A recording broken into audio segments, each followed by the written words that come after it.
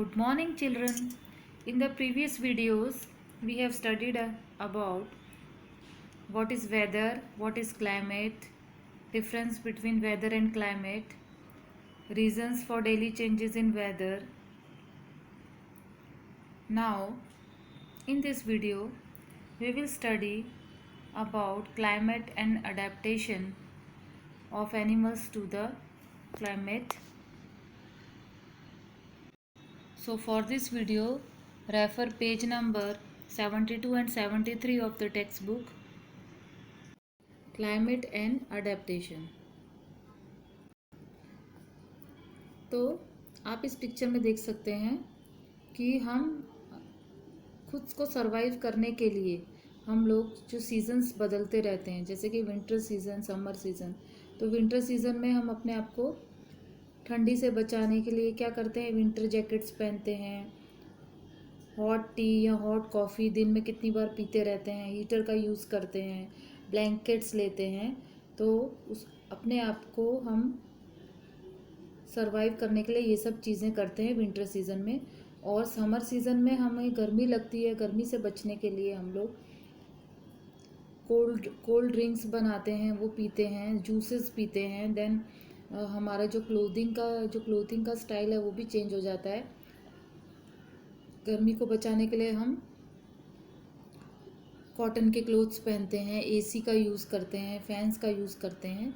तो हम खुद को सरवाइव करने के लिए या सीजन्स में, हर डिफरेंट सीज़न में हम इस तरह से अपने आप को इन सब चीज़ों से हम प्रोटेक्ट कर लेते हैं। लेकिन एनिमल्स के अंदर, एनिमल्स ना एसी यूज़ कर सकते हैं, ना वो हीटर यूज़ कर सकते हैं, ना ही वो दूसरी जो फैसिलिटीज़ हमें मिलती हैं या हम करते हैं अपने आप को बचाने के लिए, वो सरवाइव करने के लिए वो ये सब नहीं कर सकते हैं। तो ऐसी क्या चीज़ें हैं, वो अपने आप को किस तरह से सरवाइव करते हैं, उसके बारे में हम इस आगे पढ़ेंगे। सो क्लाइमेट एंड अडेप्टेशन। क्लाइमेट और अडेप्टेशन क्या होती है, किन चीज़ों की वजह से, चाहे वो बहुत ज़्यादा कोल्ड हो, चाहे माइनस में टेम्परेचर हो, वहाँ पे एनिमल्स कैसे सरवाइव कर सकते हैं, कैसे सरवाइव कर पाते हैं। और बहुत ज़्यादा हॉटनेस में या बहुत ज़्यादा गर्मी में वो किस तरह से, हॉट क्लाइमेट में किस तरह से सरवाइव कर सकते हैं, तो उसके बारे में हम इसमें पढ़ेंगे। The climate of a place affects all the living organisms of that area. हमने देखा कि क्लाइमेट, जो हमने पहले पढ़ा था कि किसी भी प्लेस का क्लाइमेट अगर 20 to 25 ईयर्स तक सेम रहता है, एक जैसा रहता है, तो उसको हम वहाँ का क्लाइमेट बोलते हैं, जो कि सब वहाँ के सभी ऑर्गेनिजम्स को, लिविंग ऑर्गेनिजम्स पे इफ़ेक्ट करता है। Plants and animals develop certain features which help them to survive in the surroundings in which they are normally found.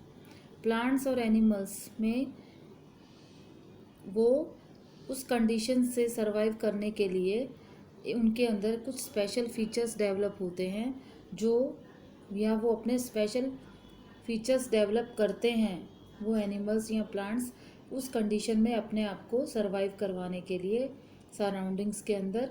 और ये चीज़ करने के लिए बहुत कम टाइम नहीं लगता, इसमें जनरेशन्स टू जनरेशन और कितने साल लग जाते हैं, जिसमें ये एनिमल्स अपने आप को उस कंडीशन में रहकर खुद को उसमें सरवाइव करवा पाते हैं। तो इन्हीं फीचर्स को, जो इनके स्पेशल फीचर्स रहते हैं किसी भी सराउंडिंग्स में सरवाइव करने के लिए, उसको ही हम वहाँ अडेप्टेशन बोलते हैं।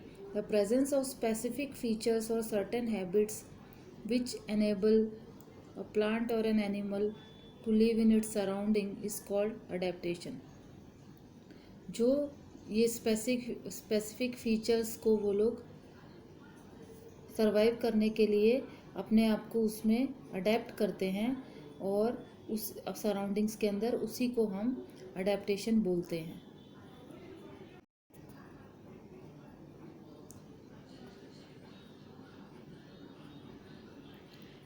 तो पोलर रीजन क्या होता है? There are the 2 polar regions of earth, north pole and south pole. North pole में आता है आर्कटिक रीजन और साउथ पोल में आता है एंटार्क्टिक रीजन, जहाँ पे मैंने आपको जो पीछे पीछे टॉपिक में भी बताया था, जहाँ पर सन की रेस डायरेक्ट नहीं पड़ती, इंक्लाइन पड़ती हैं जिन रीजन्स में, तो वहाँ पर सबसे ज़्यादा ठंडी पड़ती है। These regions are covered with snow and are very cold for most part of the year. इन रीजन्स में ये रीजन्स जो है वो बर्फ़ से ढके ही रहते हैं और यहाँ पे सबसे ज़्यादा ठंडी पड़ती है। पूरे साल में यहाँ पे सबसे ज़्यादा ठंडी पड़ती है। For 6 months the sun does not set at the poles, while for the other 6 months the sun does not rise. तो 6 मंथ्स तक तो वहाँ पर क्या होता है, सनसेट ही नहीं होता, और 6 मंथ्स तक वहाँ पर सनराइज़ ही नहीं होता। इसका मतलब ये हुआ कि 6 महीने तक वहाँ पर सूरज उगता नहीं है, तो वहाँ पे अंधेरा रहता है, और 6 महीने तक वहाँ पर